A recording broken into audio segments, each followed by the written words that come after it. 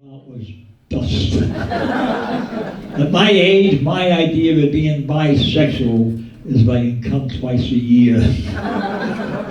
And live at the Apollo and the Kennedy Center, please give it up for Justin Smith. I was in Bentonville last night at a brewery, and here's the thing: being around hipsters, like fat hipsters with beards.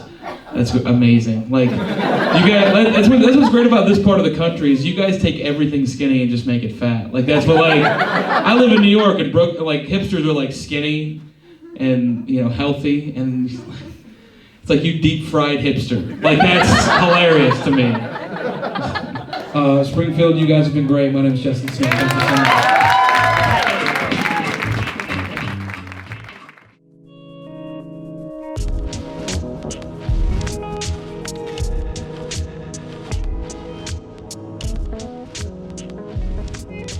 We have another show tonight at the Blue Room.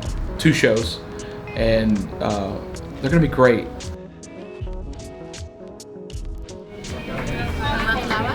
Hey, how's everybody excited? I'm sure he's looking for somebody. Yeah. Seriously. I like being here in Springfield. This is my favorite. It's not my favorite. I don't wanna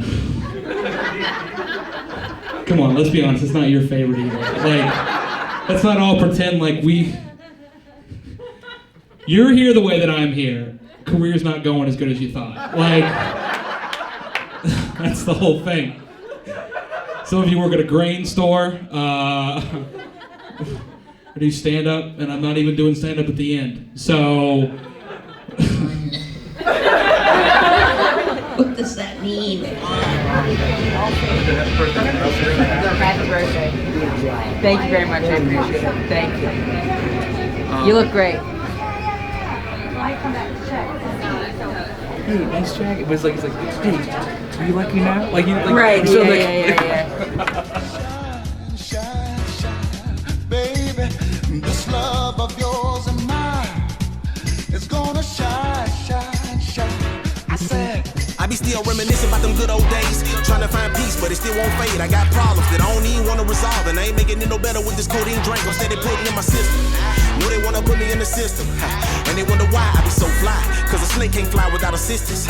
Everybody looking out for self, so I gotta look out for me. Pray to God that they look out for us. I don't want to die, I just want to get in and out, just to make it back to the people I love, but I can't go home the way This guy is incredible. Please give it up for Justin Smith, everybody. Let him hear it.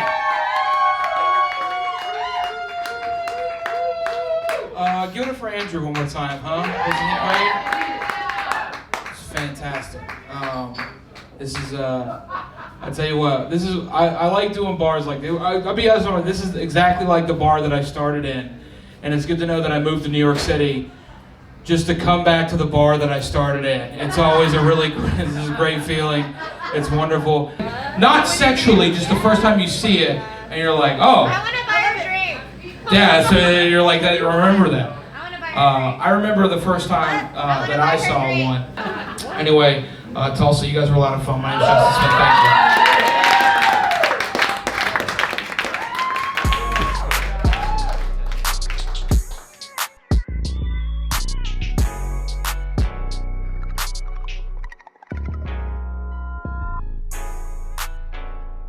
And then it's like, there's no stage, and in the middle of my set, there's these girls that are like, buy me a drink. Like, I'm legitimately like they're so loud. And then all the while, there are people leaving, but they're walking like right by the stage. There's a dude that gives me knuckles on the way out.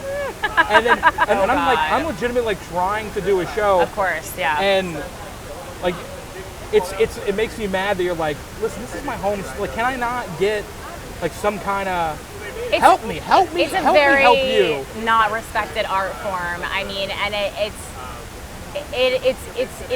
infuriating because I always think like for an arts form that has so little respect from society sure cares a hell of a lot when we tweet something that they don't like. So it's like, pick one. Like, do you respect us and do you care about what we're saying, or do you not? Some places you go and it's like they respect it so much, the sacrifice that comics make just to be here, just to even come here. I agree, but also then on the flip side, to play devil's advocate for myself, because I I'm very in love with myself. I do like to remind myself, it's like, okay, bitch, like you still chose to like take people hostage and talk at them for money for a living. Right. So it's like, I could have been a nurse, you know? Like it's all like like there's no like. I think it's more than like, oh, we're traveling to entertain you. It's more like, hey, have you ever had a dream?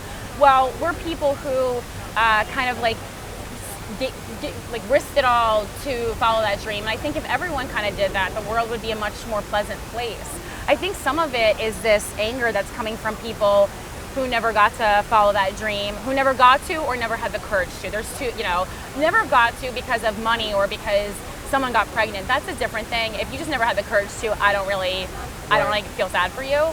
But there are people who just never, they would have been homeless, truly homeless on the streets had they tried to follow their dreams. And that is certainly something that I take into account. Like, it is still, no matter what happens, it's like, wow, I'm a comedian and I live in New York City, like I've already kind of made it.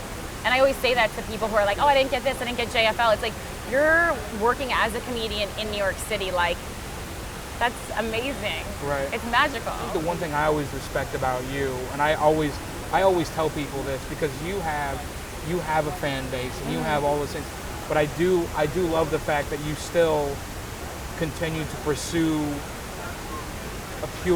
being a pure comic. Because you're so tired and you're fighting so hard for so many years. Like, I didn't have my 20s were spent in the back of bars, you know, waiting to go up for 5 minutes, you know, after I bought a beer that I didn't want on a Tuesday.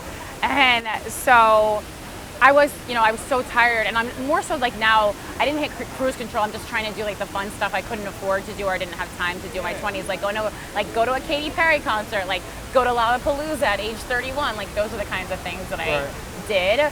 But I mean, we've seen too many people who got famous too fast or successful too fast and then just didn't have the chops to back it up. And people who were good comics, and I observe. I love observing famous people. I always have since I was a kid.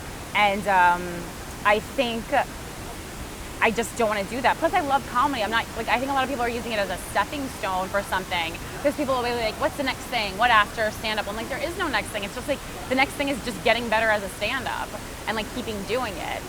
But also, I do have a fan base, but also my fan base hates me. So, I mean, a good portion of them. Not. They don't. I think they're there to just troll me, honestly. Right.